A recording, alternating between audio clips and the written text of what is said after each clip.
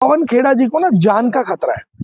उनको अपनी जान का खतरा लग रहा है, क्योंकि केवल जेल में डालना और अंग्रेजों के समय में जेल काटना या बाकी सरकारों के समय में जेल काटना और भाजपा के समय में जेल काटना, दोनों में फर्क है। आज के समय में अगर आपको जेल में ले जाया जाता है तो यकीन मानिए कि पूरी जीवन आप जेल में सड़ते रहेंगे, क्योंकि आज लोकतंत्र नहीं है, राजतंत्र चल रहा है लोकतंत्र के मुखौटे के नीचे।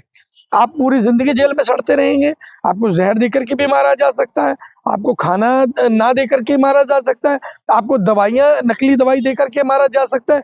किसी भी तरीके से आपको जो है अलग अलग तरीके से प्रताड़ित करने का काम किया जा सकता है, जैसे हम लगातार पूरे देश के अंदर देख रहे हैं। अलग अलग स्तर पे ये चीजें होती रहती हैं। फिर अफवाह उड़ाना ही क्यों? किसी के पत्नी को लेकर के, किसी के मुख्यमंत्री की पत्नी को लेकर के जो 3 पासपोर्ट है, हजारों करोड़ रुपए की संपत्ति है कई देशों में, अफवाह उड़ाना ही क्यों? क्या आप इस बात को मानते कि ये अफवाह थी? अफवाह तो हम तब कह सकते हैं जब इस विषय पर जांच हो चुकी है। अभी तो जांच ही नहीं हुई। क्यों हेमंत बिश्व शर्मा जी जांच से भाग रहे हैं? क्या उनको जांच खुद नहीं करानी चाहिए? मुझे तो ऐसा लगता है कि नैतिकता के आधार पर स्वयं खुद जिम्मेदारी लेते हुए उनको जांच करवानी चाहिए। और बात आ गई कोर्ट की, कोर्ट को भी स्वतः संज्ञान लेते हुए, सुई मोटो लेते हुए ये जांच करवा देनी चाहिए। लेकिन अगर आज की तारीख के अंदर कोर्ट भी खामोश है, सरकारें भी खामोश है, एजेंसियां भी खामोश है और आप भी नैतिकता के आधार पर जांच कराने से बच रहे हैं, तो ऐसी स्थिति के अंदर मुझे लगता है कि और कोई विकल्प मौजूद नहीं है। जिस तरीके से जो कार्रवाई चल रही है वो उसी तरीके से चलना बाकी रह जाती है। लेकिन जहां तक जांच की बात है या छानबीन की बात है, तो हेमंत की पत्नी तो पीछे नहीं हट रही है ना। जांच कौन करवाएगा भाई? जांच करवाना, जांच करना गृह मंत्रालय के अंतर्गत आता है। गृह मंत्रालय के सर्वा हमारे देश के गृह मंत्री अमित शाह जी, ये अमित शाह जी की जिम्मेदारी बनती है। उसके अलावा जो ईडी है, सीबीआई है, बाकी एजेंसियों की जिम्मेदारी बनती है। अगर आय से ज्यादा संपत्ति का मामला बनता है तो ईडी की और इनकम टैक्स विभाग की जिम्मेदारी बनती है। लेकिन ये सारी एजेंसियां सोई हुई हैं, ये सोने का नाटक कर रही हैं। मुझे तो ऐसा लग रहा है कि सो तो नहीं, सोने का नाटक कर रही है। जैसे ही सरकार पलटेगी, किसी और की सरकार आएगी, तुरंत ये एजेंसी जाग जाएंगी। लेकिन गुवाहाटी हाईकोर्ट ने पहले कह चुका है जो भाई क्या दिक्कत है, आप जो है सरेंडर कर दीजिए, आप पूछताछ में शामिल होइए, क्योंकि जमानत की कोई आधार नहीं बन रहा है। देखिए, हम ना काफी लंबे समय से राजनीति और जुडिशरी की जुगलबंदी देख रहे हैं। राजनीति और जुडिशरी की जो जुगलबंदी है वो कहीं ना कहीं आज लोगों के विश्वास के साथ विश्वासघात हो रहा है। आज जो विश्वासघात होता जा रहा है, उस स्थिति के अंदर अगर हम बात करें तो लोगों का कहीं ना कहीं जुडिशरी से विश्वास उठता जा रहा है। जेल जाना वैसे मुझे लगता है कि कोई बड़ी चीज है नहीं है। देश में जितने भी लोग जेल में गए, बड़े बड़े नेता जेल में गए, उनका कद बड़ा ही हुआ है। तो जेल जाना कोई डरने या घबराने की जरूरत नहीं है। तो अगर पवन खेड़ा जी इस बात से डर रहे हैं या असम के मुख्यमंत्री कह रहे हैं कि मैं तुमको जेल में डाल दूंगा, तो मुझे लग रहा है कि शायद उन्होंने कभी जेल जाने का आनंद नहीं लिया। क्योंकि जब तक कोई व्यक्ति जेल नहीं जाएगा, जेल का डर नहीं निकलेगा। जब सुई लगती थी ना, जब आप छोटे होंगे बचपन में, अच्छा सुई लगने वाली है, इंजेक्शन लगने वाला है, इंजेक्शन का डर होता है।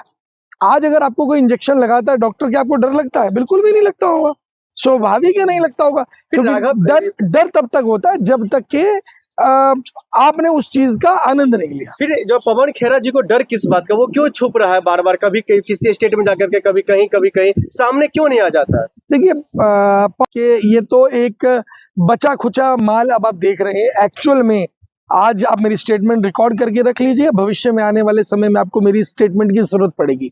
कि ना केवल राघव चड्ढा, टोटल जितने 7 सांसद भारतीय जनता पार्टी में गए हैं, उन सभी ने सुसाइडल अटेम्प्ट किया है। उनकी राजनीति पूरी तरह समाप्त हो चुकी है। वो दोबारा राज्यसभा तो दूर, किसी स्तर पे होने की बात कर रहे हैं, लेकिन वो तो कह रहे हैं मैं पंजाब का मुख्यमंत्री बनने जा रहा हूँ। अभी शायद मुझे लगता है कि पंजाब की आइडियोलॉजी को वो जानते ही नहीं है। वो पंजाब में मुख्यमंत्री बनने की बात करें, मैं आपको बता देता हूं कि अगर भगवंत मान को सीएम डिक्लेयर नहीं किया गया होता तो आम आदमी पार्टी की सरकार जो है उस वक्त में बन नहीं पाई होती।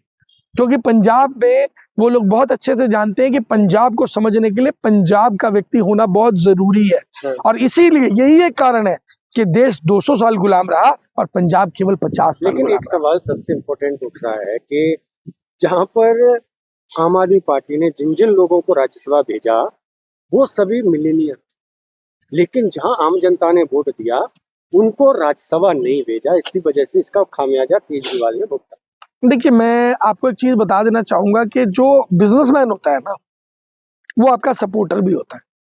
और आम आदमी पार्टी जो बिल्कुल आम लोगों से चली, अगर मैं आपसे बात करूं कि आप हर महीने कितनी डोनेशन देंगे, आप एक बार डोनेशन दे देंगे, 2 बार डोनेशन दे देंगे, लेकिन अगर आपको रोज डोनेशन देनी होगी आप नहीं दे पाएंगे। व्यापारी वो व्यापारी होता है जो सबके साथ खड़ा होता है।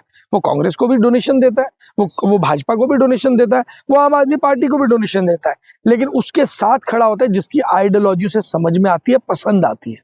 तो जिन आप बात कर रहे हैं बिजनेसमैन की, बिजनेस टाइकून्स की, उन लोगों ने डोनेशन सबको दिया होगा।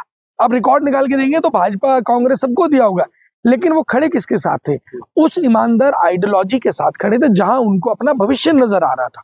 अब आपने क्या किया? 4 दिन पहले जब रेड हुई, वहां पर ईडी की रेड हुई मित्तल जी के लवली यूनिवर्सिटी में, तो क्या हुआ? भाजपा ने दबाव डाला और वो पाला बदल के भाजपा में चले गए। व्यापारी को अपने सिस्टम को, अपने व्यापार को बचाना होता है।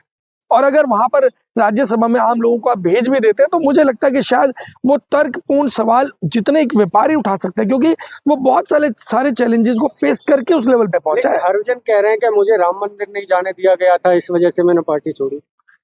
उन पर तो कोई करप्शन चार्ज नहीं है ना? नहीं, देखिए, ये तो एक निजी विषय हो गया, राम मंदिर जाना और ना जाना। मुझे ऐसा लगता नहीं है कि राम मंदिर, राम तो सबके साझे हैं। राम मंदिर जाने से हरभजन सिंह को क्यों कोई रोकेगा?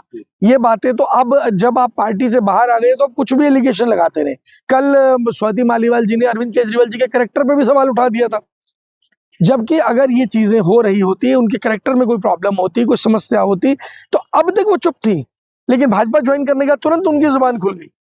ऐसा तो नहीं है। एक सवाल अभी ज्यादा चर्चा का विषय चल रहा है कि अब क्या आगे सुप्रीम कोर्ट इस पे एक्शन लेगा इन सातों पर, या फिर यूं ही के यूं ही चलता रहेगा, लोकतंत्र की हत्या होती रहेगी? देखिए, आप शायद वो घटना भूल गए हैं जब हाई कोर्ट के जज के घर से करोड़ों रुपए जली हुई हालत में बरामद हुए थे, और किस तरीके से नरेंद्र मोदी जी चीफ जस्टिस के घर चले जाते हैं, किस तरीके से राजनीति और जुडिशरी की जुगलबंदी हमें दिखाई दे रही है।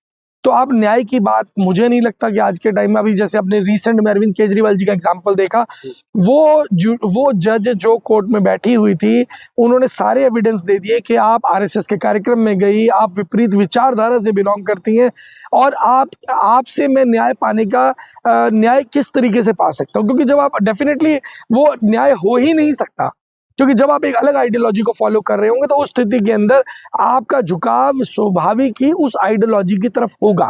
तो केजरीवाल को डर लग रहा है कि अगर मैं जाऊंगा उसमें बेंच में तो मुझे जेल भेजेंगे? नहीं, डर की बात नहीं है यहाँ पर, यह न्याय की बात है। डर और न्याय में फर्क है ना। अगर आप धोखा करके, मैं तो आपको अभी बता देता हूँ,